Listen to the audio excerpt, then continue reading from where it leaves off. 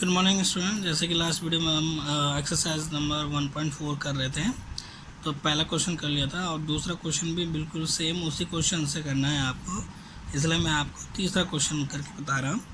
The following real numbers have decimal expansion as given below, यानी कि ये कुछ आपके रैशनल नंबर दिया हुआ है नीचे।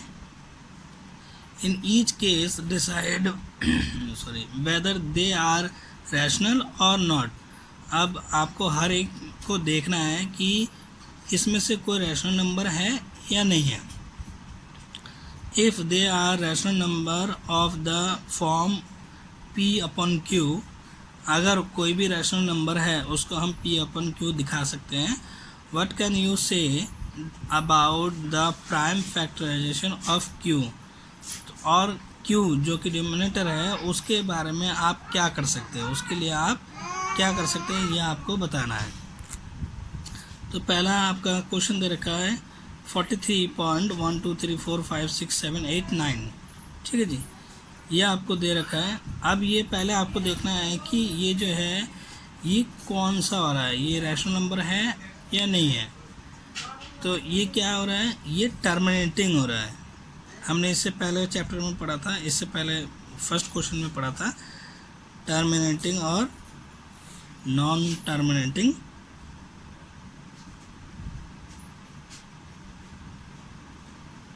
ये टर्मिनेटिंग है, ठीक है जी। तो टर्मिनेटिंग है तो क्या होगा, ये रैशनल नंबर होगा, ये रैशनल नंबर भी है, ठीक है जी। अब एक क्वेश्चन क्या करना है, अगर रैशनल नंबर है तो हम इसको p अपॉन q दिखा सकते हैं। रैशनल नंबर है तो p अपॉन q दिखा सकते हैं। और बता रहे हैं और पूछ रहे हैं कि q के लिए हम क्या कर सकते हैं, ठीक है जी। डिनोमिनेटर के लिए हम क्या कर सकते हैं, तो फॉर q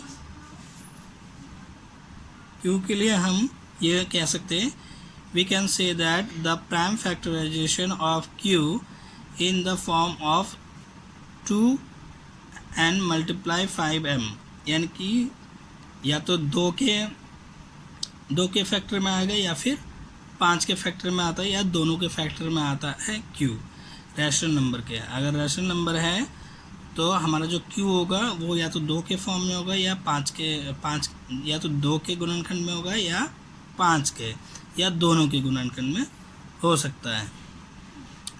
सेकंड है हमारा 0.120 करके ये दे रखा है आपको, यहाँ पे देखिए डॉट डॉट डॉट दे रखा है, यानी कि इसका कोई अंत नहीं है, ये अनंत है। तो ये क्या होगा, ये इरेशनल नंबर होगा, इरेशनल नंबर। जब इरेशनल है तो हमें इसमें कुछ नहीं करना है क्योंकि ये सिर्फ रैशनल नंबर के लिए पूछ रहा है, तो इरेशनल नंबर है तो इसलिए हमें इसमें कुछ नहीं करना है। अब थर्ड को देखते हैं हम। थर्ड वाला जो है 43 और 1 2 3 4 5 6 7 8 9 दे रखा है, बट ऊपर क्या दे रखा है, ऊपर बार दे रखा है।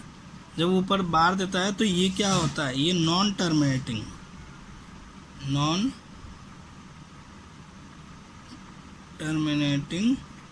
नंबर है, ठीक है जी। ये नॉन टर्मिनेटिंग है, non terminating repeating number, non terminating repeating number है। तो ये भी क्या होगा, ये भी रैशनल होगा, ये भी रैशनल नंबर है, ठीक है जी, ये भी रैशनल नंबर है आपका। तो इसको भी हम p अपन q दिखा सकते हैं, इसको हम p अपन q दिखा सकते हैं, ठीक है। तो इसलिए हम q के लिए क्या कर सकते हैं, फॉर q के लिए क्या कह सकते हैं हम, we can say that the prime factorisation of q is not in the form of 2n multiply 5m, यानी कि जो q जो हम लिखेंगे, लेकिन q यानी कि डिनोमिनेटर जो है वो दो के फैक्टर में आएगा, ना 5 के फैक्टर में आएगा, ना ही दोनों के फैक्टर में आएगा, किसी और चीज़ का फैक्टर होगा। 3 भी हो सकता है, 4 भी हो सकता है, 7 भी हो सकता है, किसी का भी फैक्टर हो सकता है, लेकिन ये 2 के या 5 के फैक्टर में नहीं होगा इसका डिनोमिनेटर, ठीक है जी। और ये जो है ये आपको यहाँ पे लिखना नहीं है, ये मैंने आपको समझाने के लिए लिखा है, ना ये लिखना है आपको, ये आपको नहीं लिखना है, बस इतना आपको लिखना है और ये आपको लिखना है। ठीक है जी, इस वीडियो में इतना ही, आगे के लिए हमारा नेक्स्ट वीडियो देखें।